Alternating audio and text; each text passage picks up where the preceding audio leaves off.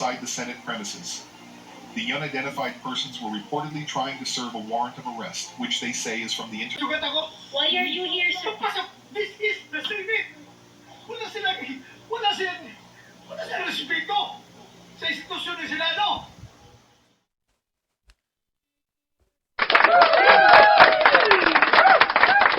Ayan, isang mapagpalang araw po sa lahat mga minamahal kong kababayan Luzon, Visayas at Mindanao at sa ating mga OFW at balikbayan po dyan sa iba't ibang panig po ng ating mundo.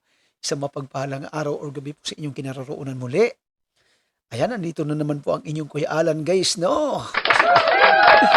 Ayan, ating grabe guys ang mga pangyayari ngayon guys sa Senado, guys, no?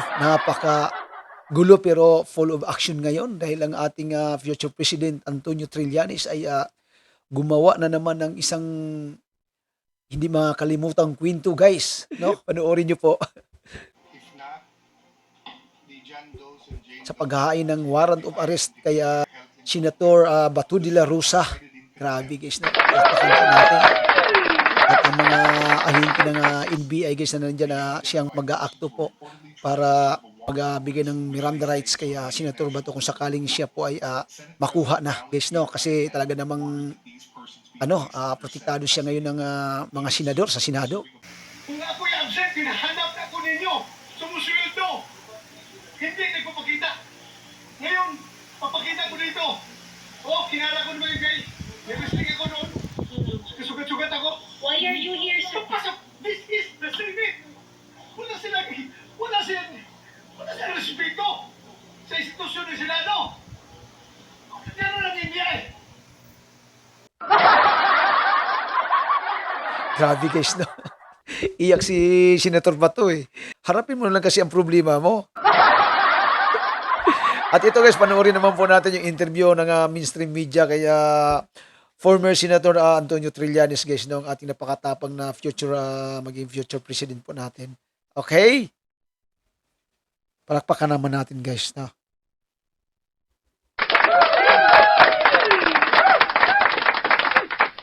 Ito yung warrant, di ba? Nakita nyo kanina. So, itong warrant na to was officially transmitted kanina. No? So, nag-appeal siya. So, dun sa PCTC. Okay. So, yun yung Interpol representative. So, may Interpol din dito, sir? So, yeah. So, ngayon, ako personally, nandito ako kasi hinamon niya ako eh. Di ba? Hinamon niya ako. Kaya sinama ako yung mag-a-arresto. Di ba? O ngayon, we will make sure na ito ay ma-enforce. Kasi yung Senate, nung ako, inisyuhan ako ng warrant, binasahan ako ng Miranda rights doon sa lounge. Alam niyo yan, publicly reported yan. Kaya yung mga presidents na sinasabi nila, yun nangyari sa akin. Pag kami valid na warrant, di ba ngayon, meron tayong batas. Republic Act 9851, sinasabi doon na kapag merong akusado na iniimbestigahan ng International Tribunal, yun ay isosurrender ng Philippine authorities. So ito yung. Okay. Ngayon, nananawagan tayo kay Senate President Alan Cayetano, gawin niya yung tama. Huwag siya magkagal ng fugitive. Diba? Ganun lang kasimple yun. Tsaka, mayabang si Bato di ba? Papahuli daw siya. Dito naman yung huli sa kanya. Pero sir, di bawal po mag-arrest sa loob ng Senado? When session? While session? Sabi ko lang kanina, ang presidents, may session yon, nag-serve ng warrant sa akin yung PNP, doon mismo. Sumama ako. Yun ang president. Dinapot ba kayo nun? Yes, reviewin nyo yan. Reviewin nyo. Ando doon. Kasi ang sila ni... Bibigyan mo nga sila ng nung video na yun, yung precedence na yun. Pero nung hinuli kayo, binasa kayo Miranda rights habang nandito kayo sa loob ng Senate. Yes. Pero nung Lumabas ako. lumabas kayo, pinasasan ba kayo? Hindi na Pinasasan ba kayo? Eh, sinabi nung PNP, kahit hindi na, kasi voluntary lang naman ako. Ngayon siya, kung voluntary siya lalabas, pwede naman siya hindi ko sasa. Kung hindi voluntary siya. I-enforce yung warrant. Ganun yan eh. Itong institution na to, this is a law-making body. It's not a law-breaking body. Diba?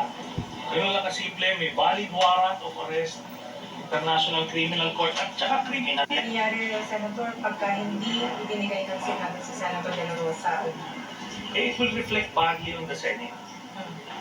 Kailangan nito ng public pressure. Kailangan i-surrender ng Senado itong si Mato. paano kung mag-decide naman ng mga senador na kayo ang ipa-aresto? Kasi daw, huli kayo, pwede Ano uli? Tingnan mo na. Pati mga taga-NBI. Bihave naman ako, di ba? Bihave naman ako eh. Oh. Ngayon, it's up to them. Kung gusto nilang sirain yung institusyon, then, ganun ang mangyayari. Pero rules are rules. Gumawa siya ng krimen, nag-imbestiga, inisyuhan siya ng warrant. Sir, about yung comment na it's a way to stop the leadership situation. Eh, ngayon lang siya sumilpot eh. Incidental yun. At saka ito na, nagkaroon na ng leadership change. Pwede bang sumama ka na? Tapos na eh. Nagawa niya na yung kanyang, yung papel. So, mali pa yung ini-insist ng mga senador, sir, na bawal mag-aresto dito. Hindi. Walang ano yan. Walang basis. Historically, si Senator Laila de Lima, sumama siya. Inaresto siya dito. Hindi in session yon. Ngayon, nung ako in session yon, ano yun? Ano dun sa, report yun, widely reported yun. Saan ba yan? Ito. Ano? Saan yan? Di ba yung huli ako? Oo. Yung huli nila ako, 2018 yan. Diba? So,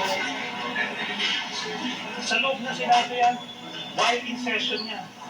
Okay? Pinakitay mo mga sinabi sa akin sa media.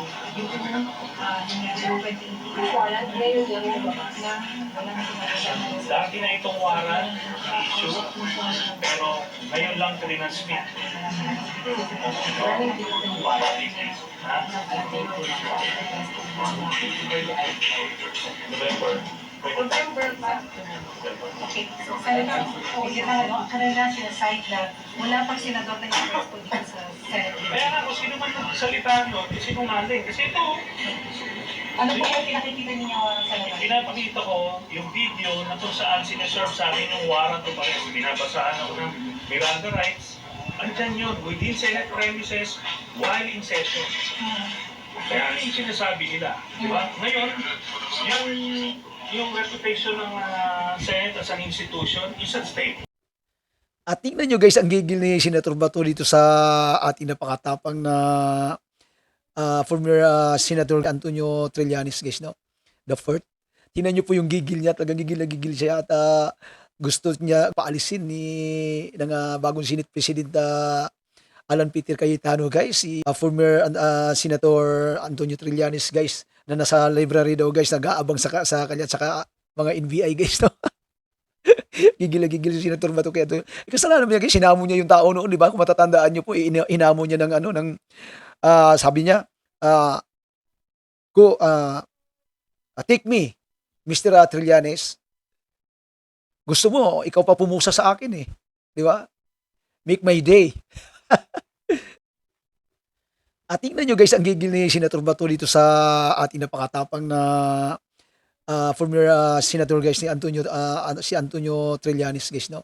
The fourth. Tingnan nyo po yung gigil niya, talagang gigil na gigil siya at gusto niya talagang paalisin ng bagong Senate President Alan Peter Cayetano, si former Senator Antonio Trillanes, na nasa library daw guys, nag-aabang sa kanya at saka mga NBI guys, no? Gigil na gigil si Senator Bato kaya ito. Kasalanan niya guys, hinamo niya yung tao noon, di ba? Kung matatandaan niyo po, hinamo niya ng sabi niya, ah, take me, Mr. Trillanes. Gusto mo, ikaw pa pumusa sa akin eh.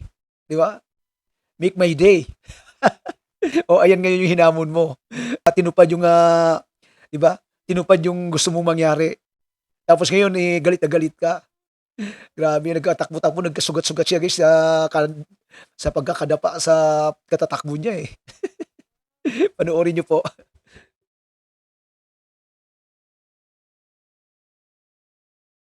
As of now, Mr. President,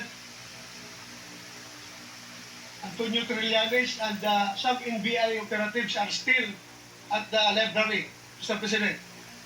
May I move that the Sergeant at Arms remove these people from the vicinity of the Senate. Senator Trillanes, as a former member of the Senate, is welcome in the Senate and will of course be given due courtesy unless he has He is part of the harassment, unless Mr. he is President. part of the harassment. So Kasama niya. you gave me that Siya ang answer. nagawa sa NBI na harangin ako dito. Yung nag-asulto sa iyo hindi dapat pakawalan. Dapat dalhin sa for inquest, no? Yung kung walang kilalaman na nandito at wala silang official business dito, may motion ang Senator Bato na paalisin sila sa Senate. Binigyan ang Senate Sergeant at Arms ng 30 hanggang 45 minuto para gumawa ng report sa nangyari. Sa labas ng session hall, nakaabang si Trillanes at mga tauhan ng NBI para iserve ang warrant umano mula sa International Criminal Court o ICC. O dahil mayroon po silang rules doon or batas sa loob ng Senado na kapag ang isang miyembro ng Senado ay aarestuhin ay hindi pwedeng arestuhin sa loob ng Senate lalo kung ito'y kasalukuyang may sesyon. Pero ayon sa ating the brave man, no guys, no, Antonio Trillanes, si former Sintri, sabi niya nangyari na rin sa akin yan na yung sa akin habang nasa session pa ako noon. Okay, inaresto nila ako, sumama ako, maayos. Binasahan nila ako ng Miranda rights. Sumama ako. Kaya itong si Senator Bato guys, wala pong lusot ito eh. Kay former Sintri. Dahil nangyari sa kanya ngayon ay nangyari na dati kay former Senator Antonio Trillanes the fourth. 'Di ba nung pina-aresto siya ni Digong noong 2018 yata 'yon. Nangyari. Isipin niyo guys nagdrama pa siya. Iyak guys no si Senator Bato sa Senate, 'di ba? Dahil hinahanap daw natin siya. Ngayon daw nalumutang siya ay bakit ngayon ganyan ang nangyari? Alam naman natin guys na ang paglutang niya ay para makabuto siya dito sa nangyaring kudita ng SP, Senate President, di ba? Para makabuto siya sa panig kay Alan Peter Cayetano, di ba? Para madagdag yung buto niya. Yan ang dahilan guys kung bakit lumabas talaga yan si Bato. Pero kung sabihin natin na lumabas siya dahil sa panawagan ng sambayanan na sumusweldo siya, tumatanggap siya ng sahod pero hindi siya nagtatrabaho, hindi lalabas yan guys. Makapal ang mukha niyan eh. Hindi lang makapal ang taba niyan, makapal ang mukha. Oo. Di ba? Ang tagal natin nanawagan, 6 na buwan tayo nanawagan na lumabas siya dahil sumusweldo, tumatanggap siya ng sweldo pero hindi siya nagtatrabaho. O anong nangyari? Ngayon siya lumabas kung kailan kailangan siya sa Senado dahil nagkaroon ng kudita nga at gusto nila mangyari para maharang yung impeachment hearing ni Inday Sara, ni Lustay, ay kailangan mapalitan ng Senate President si Tito Soto, di ba? Kaya ganyan ang nangyari. O ngayon pag naaresto siya, may invalid guys may invalid yung boto ni Senator Bato niyan kasi dadali na sa dahig yan eh. Baliwala na yung pagkasenador niya. Mawawala na yung kapangyarihan niya. So, ang mangyayari yan, babalik na naman niya si Senator Soto sa pagka-SP, Senate President. Ganun ang mangyayari niyan guys. Napaka-exciting guys ng mga pangyayari ngayon. Abang-abangan po natin, di ba? Harapin lang kasi lang problema nila, ginawa nila sa humanity yan eh. Di ba? Tandaan po natin guys na ang kaso pong ito ni former President at ni Senator Bato ay hindi lamang po ito during AGK guys, no, nitong war on drugs. Ano pa po ito, nung pa pong panahon ng naging mayor po siya ng Davao. Yan po, at ang witness po dito sa ICC guys ay yung kanyang dating tauhan na naging leader po ng DDS guys, si SPO3 Arturo Las Cañas. Oh, at nandoon na rin si Matubato, yung mga dating tauhan niya. Kaya talagang matibay guys ang ebidensya eh. Wala na tayong magagawa diyan. Kaya ako sa kanya, sumama na lang siya na maayos. So ayan mga minamahal kong kababayan, hanggang sa muli po, hanggang dito lang po muna ang ating video. Maraming salamat po muli sa patuloy na suporta at apalambing po, pa-subscribe, likes and comment po. Maraming salamat. Hanggang sa muli po. Bye bye, God bless.